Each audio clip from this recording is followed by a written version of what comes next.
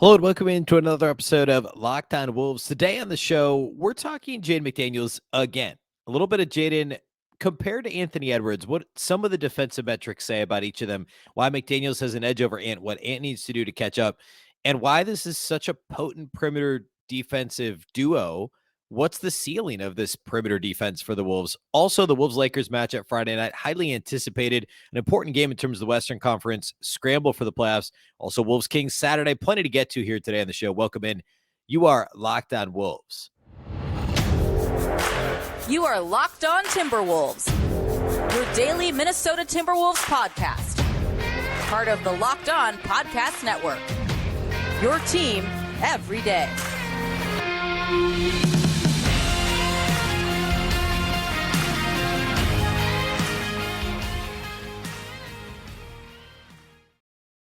Hello and welcome to the Locked On Wolves podcast, part of the Locked On Podcast Network, your team every day. My name is Ben Beecken. I'm the host of Locked On Wolves. Happy Friday, everybody. Happy weekend and happy Timberwolves game day. Wolves Lakers tonight. We'll get to that a little later in the show. First of all, a big thank you for making Locked On Wolves your first listen every day. Of course, this show is free and available everywhere. That includes YouTube as well as all of your favorite audio platforms. Wherever you like to listen to podcasts, you can find this show.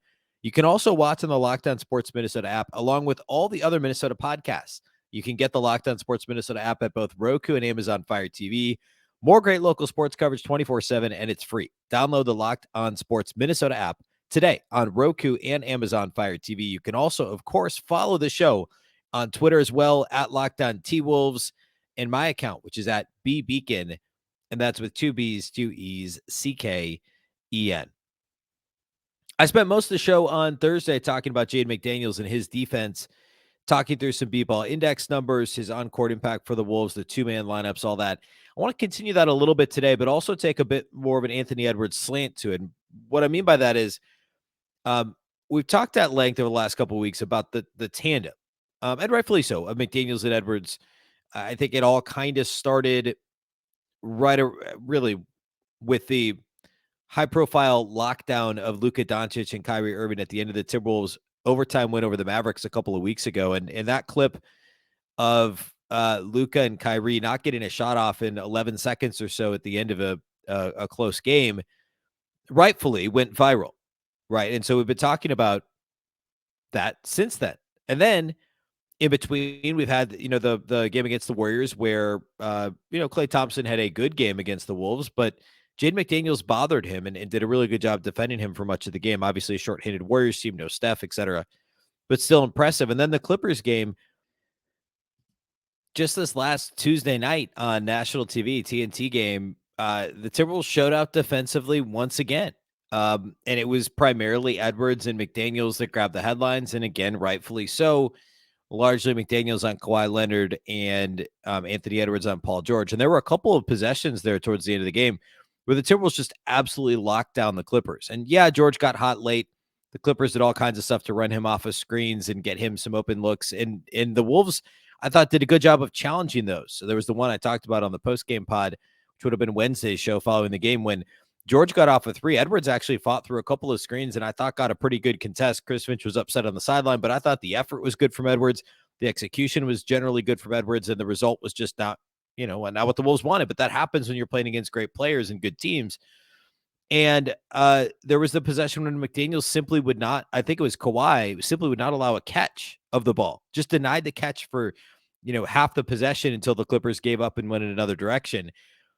And it's just the Mavs example, the Clippers example especially, are – and I also actually talked about this on Thursday's show, that the Clippers and Mavericks are actually really good matchups for the Wolves because of this. Because in isolation, if teams insist on playing isolation, McDaniels and Edwards are two of the better perimeter isolation defenders in the league. McDaniels in particular. And so you look at this and you wonder, like,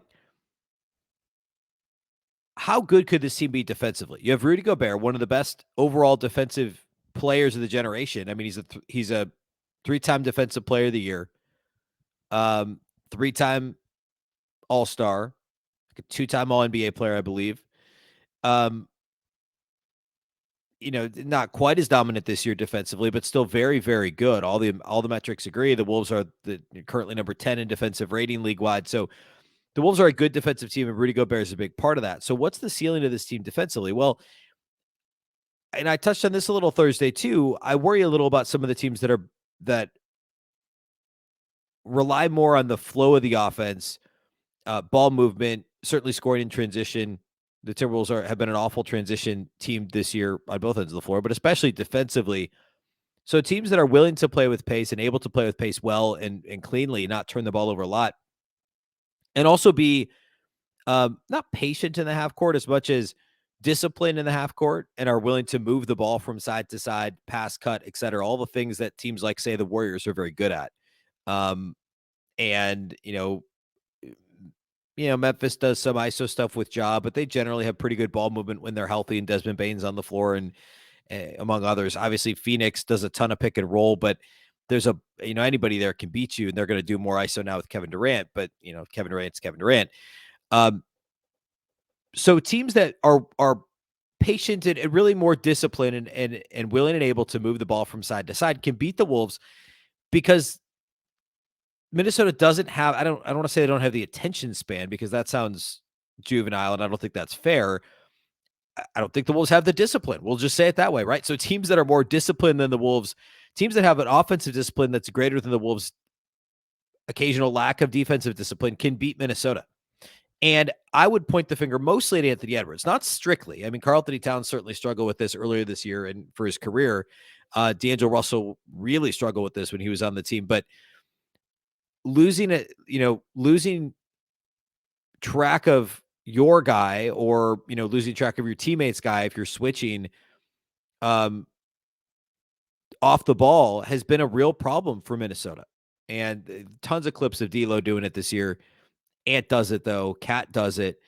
And McDaniels isn't blameless either. I think Edwards is probably currently the one that's the biggest culprit in terms of just getting back cut on, missing assignments occasionally because he's ball watching. I mean, it's something that has been a consistent issue. And when you get closer to the playoffs, and you get to the playoffs or the play-in, and you're playing these well-coached teams that move the ball, that's going to be an issue. Now, against teams like Dallas and LA, the Clippers, it might work out okay because Ant and Jaden can lock in on the ball. But teams that are moving the ball side to side, first, they're pushing you in transition, right? They're getting out and they're running. They're grabbing a defensive rebound, running down the floor, probably beating you on a rim run, or just simply getting all the way to the cup off the dribble.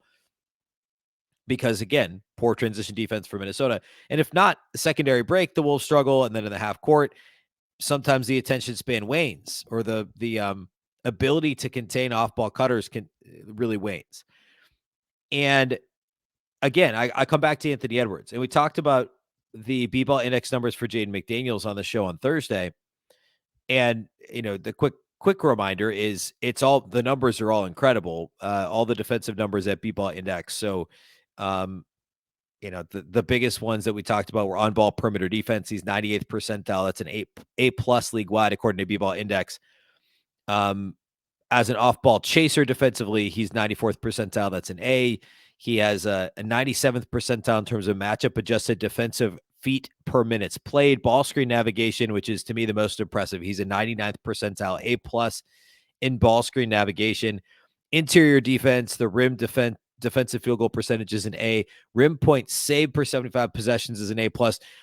Like, the rim protection stuff's also really impressive because he's not a center, right? He's somebody who's getting help side blocks. He's catching up to guys that might beat him off the dribble or get an angle as a cutter or whatever it might be, and getting chase down blocks from behind, rear view contests, those type of things. Jaden is so impressive in every single one of those ways. Anthony Edwards, on the other hand, the metrics aren't as kind for Ant. And the eye test would tell you, man, this guy can lock in. There were examples of that in the Clippers game too, against Paul George, against Russell Westbrook. Stan Van Gundy called it out several times in the TNT broadcast, was clearly enamored with Ant's defense. And there are some things he's great at. Like, he has an A rating for pickpocket rating on Basketball Reference, B-ball index. The definition for that is an estimate of how active a defender is on ball with steals. That's loose ball steals per 75 possessions. 91st percentile for Anthony Edwards. He is 94th percentile in steals per 75 possessions. He's 66th percentile, which is actually a B in off-ball chaser defense, a B plus in ball screen navigation, which, again, impressive. 79th percentile. Anthony Edwards, very, very good in ball screen navigation. And both of those things, sidebar, not something D'Angelo Russell was good at, not something that Jalen Noel is good at. If you want to look at something that Malik Beasley was horrible at the last couple of years, was navigating ball screens defensively. And Ant is very, very good, and Jaden McDaniels is one of the very best in the entire league. I think there's some stats out there saying he is the best in terms of navigating screens. This has him at 99th percentile, so I guess maybe, depending on where that number falls, but an A+ for Jaden McDaniels in terms of ball screen navigation on defense. But Ant has some work to do in some other areas. If you look at the defensive numbers at B-Ball Index, a lot of C's, some B's, B minuses in terms of rim deterrence, rim blocks, rim defensive field goal percentage versus expected. He's actually a C. The perimeter on-ball defense is actually a C, a 51st percentile for Ant according to B-Ball Index. And that's where Jaden McDaniels was, in fact, an A. Was it 94th percent? 98th percentile, A+ for Jaden McDaniels. So A+ for Jaden McDaniels and a C for Anthony Edwards. Even though this number is on ball, I'd be willing to bet that this has everything to do with the waxing and waning defensive, I would say, attention span of Anthony Edwards. Of focus maybe is a nicer way to say that, a cleaner way to say that.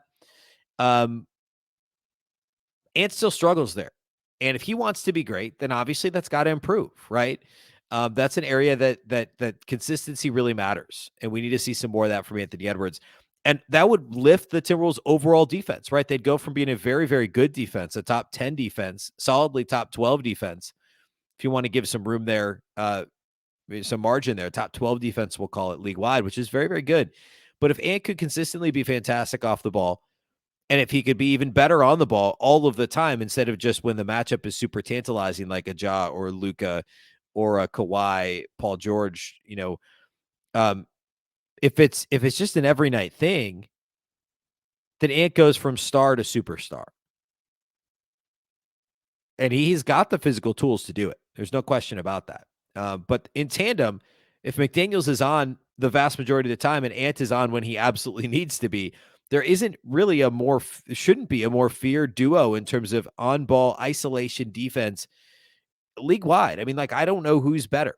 McDaniels is arguably the very best right now, and Anthony Edwards can be. But when does that consistency come into play for Ant? All right. I actually want to get to the Lakers preview next, a big game Friday night, so we'll do that. Then I want to get to Wolves-Kings preview and a quick power rankings look at NBA.com. I enjoy their power rankings and how John Schumann at NBA.com breaks down every team. So we'll close the show with all that, but let's do Lakers preview here next. Today's episode of Locked On Wolves is brought to us by our friends at Nissan. Nissan's Most Electric Player of the Week is brought to you by the all-new, all-electric 2023 Nissan Ariya. The Player of the Week this week is none other than Jaden McDaniels, the aforementioned Big J-Mac, Jaden McDaniels. Over 3 games, we'll go all the way back to the Charlotte game last Friday night. Jaden McDaniels has averaged 14.3 points per game on 60% shooting from the floor. That's also 38.5% from the three-point line. Just a hair under 5 rebounds per game, 2 assists, 2 steals, and a block per game in the last 3. And of course, last time out, Jaden had 20 points, led the Wolves in scoring, plus 6 rebounds, and shot 8 of 12 from the field. Jaden McDaniels has been fantastic all week long. And that's why he's the Player of the Week. He was completely electric all week long, just like the Nissan Ariya. Jaden McDaniels is also, in addition to being electric, I would say he's also extremely elegant and in some ways elegantly powerful.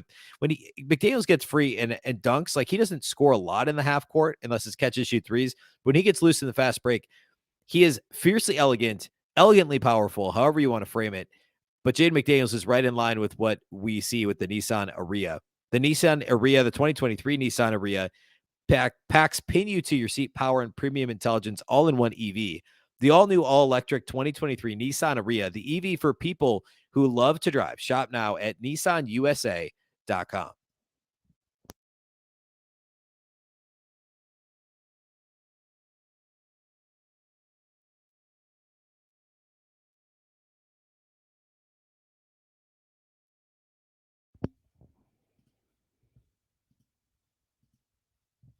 All right, let's talk about this Wolves-Lakers matchup. The Timberwolves and Lakers have actually weirdly only played each other one time this season. It was way back. Was it October? I think it was actually October, the last time the Wolves and Lakers played. Um, yeah, it was. It was actually the Timberwolves' sixth game of the season. The Lakers were winless at the time. So Minnesota came into that game 3-2. The Lakers were 0-5. The Wolves won. LeBron played in that one in Minnesota, but there was no Anthony Davis. He missed that one. Russell Westbrook, of course, was still on the team, came off the bench for them. That was the game. I think it was an ESPN game. The Wolves were tied at halftime, but kind of pulled away in the second half. And it for a long time was kind of the example of, I would always talk about it as like, hey, this is the one complete game the Wolves played all season where it felt like they were in control. There was that, there were a couple early in the season, but that Lakers one was kind of the first one against a team that people expected to be good. And of course, still has LeBron James. In that game, LeBron had 28. Nobody else in the starting lineup scored more than 12. Russ had 18 points on 17 shots off the bench, had some pretty unsightly turnovers in that game. But with no Anthony Davis, there just was no additional punch for the Lakers. On the Wolves side, Anthony Edwards had 29. Karl-Anthony Towns had 21, 8, and 7. And Rudy had 22 and 21 in his first dominant game in a Timberwolves uniform. Good game off the bench for Taurean Prince in that game, too. But that was way back in October. Like, a lot has changed. Obviously, the Lakers look completely different now. LeBron is out, likely for at least another 3 weeks before he's reevaluated with the tendon issue in his foot. D'Angelo Russell, there was some thought, I thought when I recorded Thursday's show, that perhaps he would play on Friday. But since then, it's been reported that he's out Friday for the Lakers. I think his fourth consecutive game missed with the sprained ankle. So unfortunately, no D'Lo. Like, that would have been interesting to see him play against the Wolves. Malik Beasley should play. And also Jared Vanderbilt, both of whom are starting currently for the Lakers. No LeBron, no D'Angelo Russell. So you're looking at a starting lineup that's going to rely heavily on Dennis Schroeder for some scoring. I mean, like that, where else is your scoring going to come from unless it's, unless Malik Beasley gets hot, maybe Troy Brown Jr. You're not relying on Mo Bamba. You're not relying on Jared Vanderbilt to score. Rui Hashimura is coming off the bench for them. Austin Reeves does some stuff off the bench for them and has played well. But primarily, you're worried about Schroeder, who can go through bouts of being really inefficient. And Beasley, like the last time out for the Lakers, this was on Wednesday night. Beasley had 11 points on 15 shots. He was 3 of 12 outside the arc, 4 of 15 overall. It was, Wolves fans know, right? Like, Beasley's hot or cold, he's shooting regardless. And if he doesn't make that first shot, if you don't run him off a pin down in his first offensive possession for the Wolves, it was often off the bench last year. Or maybe he gets an easy dunk in transition because he's a really good transition player. Then the Beasley thing could go sideways in a hurry on a game-to-game basis. We saw a lot of that last year when he was coming off the bench. But starting for the Lakers, and who knows? I mean, we saw how well he played. Wolves fans saw how well he played against Denver when he went back to play the Nuggets, especially on the road. This will be in LA, but we'll see how he comes out against the Wolves Friday. Vando, of course, we saw how both of them played actually when they were in Utah this year against the Wolves. They'll get another crack at the Wolves this Friday. But the Lakers are playing well overall. Obviously the LeBron injury is a major issue. And also now the D'Angelo Russell injury is a big issue for them. But they've won 4 out of the last 5. They beat the Thunder again on Wednesday. They did lose to the Grizzlies. But before that, they won on the road against Dallas. They also beat the Warriors. They beat the Pelicans. Going back to like right before the All-Star break, they played pretty well of late. Now their backs are against the wall with the LeBron injury, of course. They know they're a game behind, or the Wolves have the edge in the tiebreaker. The Lakers themselves are a game out of the 10 spot. They're only 1.5 behind the Wolves, though. This is a huge game for LA. It's also a huge game for Minnesota. The Wolves are only a half game behind the Clippers for the 7 spot after the Clippers lost on Thursday night. So the Wolves with the win would pull even with the Clippers. And I think the Clippers play Friday night too. So if the Clippers lose and the Wolves win, the Clippers move up to 7th in the West. Sole possession of 7th. And they have the tiebreaker over the Clippers. And they would have the tiebreaker over the Lakers for the season if they beat the Lakers, because they only have one more game against LA. So it's a huge game in terms of tiebreaker implications, actual standing implications. And then, of course, there's also the Vanderbilt-Beasley grudge match. A lot of the season numbers for the Lakers just don't hold true anymore because, well, first of all, LeBron's not playing. I should have mentioned this already. Anthony Davis is probable to play. He missed the last game for the Lakers. And, of course, the first game against the Wolves. So look, I mean, no LeBron, and no D'Lo, but Anthony Davis is going to play. I missed that earlier when I was listing where is their offense going to come from. Forgot about Anthony Davis. He'll be playing, and that'll be an issue for the Wolves. But all that to say, no LeBron, obviously a shifting roster. I mean, the Lakers have had 24 players play at least in one game for them this season. So, yeah, I mean, things have been shifting a lot for LA. Like the season numbers, like what if I could tell you where they rank it, everything like I typically would do for a matchup, but I don't know that that's super relevant for this team. They do play fast though, and I think that's going to hold true. They want to play fast. That's what Darvin Ham would like to do. Their head coach, they're second in pace. They're kind of middle of the pack in a lot of other metrics. In general, though, they do get to the free throw line quite a bit, and they've still got guys who do that, right? Like, obviously, LeBron and AD are masters at it. Russ isn't there anymore, but Shooter's pretty good at getting to the line as well. So you got to look out for them getting to the free throw line. We know that the Wolves struggle to keep teams off of the charity stripe, right? The Wolves are still they're 23rd in the league in terms of opponent free throw rate, and that's actually improved a little bit. But the Wolves let opponents shoot too many free throws. That's their biggest problem defensively, besides defensive rebounding, which I've talked about plenty on this show. That's an issue. The Lakers are 6th in free throw rate. They're 2nd in free throw attempts per game, and they're they're a decent free throw shooting team when they get there too. But like I said, they play fast, right? They've got a bunch of guys who can get to the line. And the Timberwolves have to do their best to keep them off the line. On the flip side, the Lakers don't commit a lot of fouls themselves. And so the free throw battle is going to be really important for a team that's a bad three-point shooting team. The Lakers don't shoot a ton of threes. They don't make a ton of threes. I know they tried to remake the roster with Beasley and D'Lo helping them out in that category, but no D'Lo, and of course, no LeBron. So it's going to be harder to generate those open threes, in theory, at least, without those guys. So if the Wolves can keep them off the free throw line, I like Minnesota's chances, even with Anthony Davis playing. And of course, the Wolves do have Rudy Gobert and Coltiro Naz Reid available to play against. By the way, Rudy is not on the injury report after being questionable with the illness on Tuesday. He's not on the injury report as of now for Friday night. So it'll be fun to see the AD Rudy matchup as well. We'll do the post-game podcast. We did not do on Tuesday. We'll have one Friday night late, so it'll be after midnight Central Time. But myself and Marnie Geldner from Valley Sports North will do that. So be sure to subscribe to the Locked On Sports Minnesota YouTube page. You'll be notified when we go live. I want to close today's show, though, by talking a little bit about the Kings game Saturday. We haven't seen Sacramento in a little over a month. I also want to touch on power rankings over at NBA.com, so we're going to do that here next. Today's episode of Locked On Wolves is brought to us by our friends over at Built Bar. If you're looking for a delicious treat, but you don't want all the fat and calories, then you have to try a Built Bar. We are now through the first 2 months of the season. I've still got Valentine's Day candy floating around the house. We gotta get rid of it, but it hasn't been easy.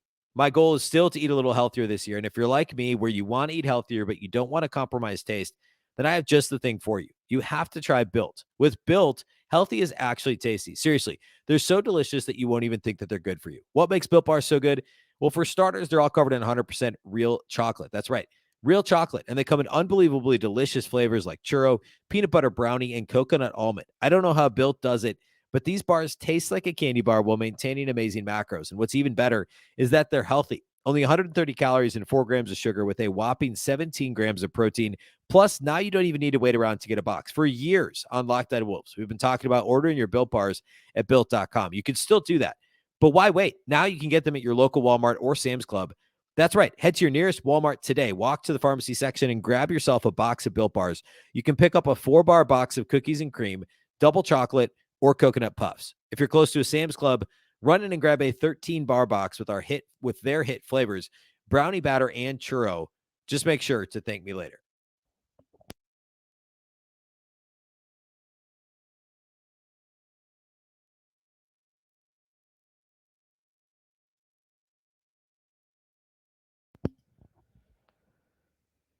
All right, let's talk about this Wolves-Kings matchup. The Timberwolves and Kings last faced off at the end of January, and they were both really fun games. Both games at Target Center. It was the old 2 games, and I think it was 2 games in 3 days at Target Center in the same venue. So the Wolves go to Sacramento this Saturday, second night of a back-to-back for both teams, and then they play the Kings again later this season yet. So tied 1-1, 2 games to play in the series. And the last time these two teams played, turnovers were the story for Minnesota. It was during that stretch where Minnesota, and like there's been plenty of these stretches, and really it's been an ongoing issue all season for the Wolves. But it was during a stretch in which turnovers were a massive issue for the Timberwolves. They turned it over, I believe. I'm going to make sure I'm right on this. I think 18 times in both games against the Kings earlier this season. 18 times in the overtime loss to the Kings and 19 times in the win. The Wolves turned it over. So in the win, the Wolves won by 7 in the first game between the two teams. The Timberwolves turned it over 19 times. The Kings only turned it over 9. But otherwise, Minnesota played well defensively. The Kings only shot 45% from the floor, 27% from 3. And the Kings got 36 free throws in this game. So, and this was incredible. 36 free throws for the Kings and only 9 turnovers while forcing 19 Minnesota turnovers. And the Timberwolves still won by 7. They were up by 9 going to the fourth quarter in this game. And we're actually down at halftime. It was a big third quarter from Minnesota that gave them the edge, and they ultimately won. Edwards had a fantastic game, 34, 10, and 6, and was efficient from the floor, 67%, made 5 threes on 7 attempts. Was a really, really good Anthony Edwards game, and Rudy added 13 and 14 too. Of course, this was pre-trade deadline, so D'Lo had 25 on 14 shots, made 7 threes in this game. This was the D'Lo Ant combined to go 12 of 16 from outside the arc game. So that's actually, I mean, that's what made up that deficit, right? You make that many threes, you make 12 threes from your 2 highest usage players, you're going to overcome a minus 11 in the made free throw category and a minus 10, I guess, in the turnover category. The math was, tenuous, but it worked out for the Wolves. And of course, Karl-Anthony Towns missed this game as well. The Kings were healthy. I mean, they had Sabonis, they had De'Aaron Fox, Harrison Barnes, like all their key players played in this game against the Wolves. So Minnesota won that first game. The second game was the overtime game that the Wolves just kind of fell apart in the overtime period, but similar issues. Free throw battle, the Wolves did win. They were +3 in free throw attempts and I guess a -2 in makes. They didn't shoot well from the line, which was an issue why this game got to overtime in the first place. But turnover-wise, they lost that battle 18-12. They committed 18 turnovers just a couple nights after committing 19 against the Kings. 6 from Anthony Edwards, 3 each from Kyle Anderson and Rudy Gobert. But another good Ant game overall. 33 points, made 4 threes. They got 19 and 14 from Rudy. So Gobert's had a pair of nice games against the Kings, as has Anthony Edwards. The Kings are not a good defensive team. So it makes sense that, I mean, like, who on the Kings is defending Ant successfully on the perimeter? I mean, nobody can. Who on the Kings is providing resistance for Rudy Gobert in the paint? There's not much there, right? Like, Sabonis is a good player, obviously. Harrison Barnes is a really good player. I think one of the more underrated players in the league, actually. But the Kings do not have the size to deal with Rudy Gobert. And hopefully Karl-Anthony Towns can play the next time these two teams face off, because I think Towns and Gobert together can give the Kings a host of trouble. And unless the Kings can get those guys in foul trouble, like, I actually don't hate this matchup for Minnesota. I mean, you could put McDaniels or Edwards on De'Aaron Fox. Remember, Edwards wanted that matchup. I think McDaniels struggled a bit with Fox with the speed. I mean, McDaniels is so quick laterally and so long, but De'Aaron Fox is extremely quick. And it's an iffy matchup. I think you're just as good having McDaniels maybe follow Harrison Barnes around. I don't think they're going to post Harrison Barnes too much. And I don't know, Kevin Huerter, I guess, if he's like, Huerter didn't play well against the Wolves earlier this year. But I think you could kind of switch off McDaniels and Edwards on De'Aaron Fox and give each of them a breather. They don't really have somebody besides Sabonis that's going to hurt you otherwise. And Kyle Anderson's going to guard Sabonis. So I think it'll be interesting to see what Finch chooses to do. But in my mind, it's a McDaniels Fox kind of alternate, maybe not literally every other possession, but like give them each a few possessions at a time to check Fox. I think it'll be would be an interesting way to go about it, because both are capable. But the Kings don't have that secondary ball handler that's really dangerous and really, likely to hurt you. The Kings are a fantastic offensive team, though. I talked about their poor defense, which is 100% true, but they're actually the top-rated offensive team in the league. They're the number 1 offensive rating on B-Ball Index, and they're good at basically everything. They play pretty fast. They're top 10 in pace. They're 8th in free throw rate. They're 7th in three-point rate. They're 9th in three-point percentage, just a hair under 37%. They're an okay offensive rebounding team. Like, there's a lot to like about what the Sacramento Kings bring to the table offensively. They just give a lot of it back on defense. So the Wolves have struggled with offensive consistency themselves, but if they can just pull it together, play well in transition, rebound the basketball, be solid defensively, I don't mind the Kings matchup for Minnesota. Now, it is on the road. It's the first time the Wolves have been to Sacramento this year. Of course, they were. This will be second night of a back-to-back, and also after spending 4 days effectively in LA. So we'll see how that is handled by the Wolves. But I don't mind the Kings matchup. Like, frankly, it worries me a little bit less than the Lakers matchup, which is strange. But I don't know. I don't mind it.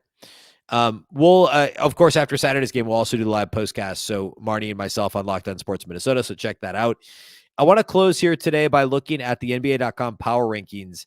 And John Schumann over there does a fantastic job. And every couple of weeks, I like to check in because he does more than just simply ranking the teams. He also goes through and does like 3-4 paragraphs on every team. And you can tell that, I mean, main researches the piece and does a fantastic job. He's got the Wolves at 16, which incidentally is also where ESPN had the Wolves. ESPN is a much less scientific power ranking than Schumann at NBA.com. But he talks about, I'll just read what he says. Schumann says, the Wolves game log remains fascinating. In the last 3 weeks, they've had 2 of their 4 most efficient offensive games of the season, important road wins in Utah and Dallas. But in their other 5 games over that stretch, including losses at home to the Wizards and Hornets, they've scored a meager 104 points per 100 possession, with 18 different players contributing to that struggle. And then he talks about their struggle right out of the All-Star break. This was, of course, written before the win on Tuesday over the Clippers. And then he talks about their bad loss against Golden State on Sunday. And then about the difficult road trip and the difficult schedule overall upcoming, but needing to rely on Anthony Edwards. He also lists out like net rating, offensive rating, defensive rating, pace, all that stuff. So go check that out on NBA.com. I think he does a fantastic job. But yeah, I mean, like, it's hard to say the Wolves are anything but a middle of the pack team, right? At the moment, I mean, they're literally 500, and having them in the 15, 16, 17 range feels about fair to me. Now, you go to California, say you win 3 out of these 4 in California, not a bad road trip. So obviously to do that, they've got to win both Friday, Saturday. That's a tall task, but a banged up Lakers team and a Kings team that I think the Wolves match up with well. They've played competitively twice and beaten once.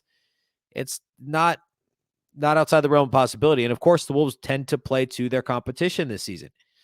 So if we see that, they should play well both Friday and Saturday. All right.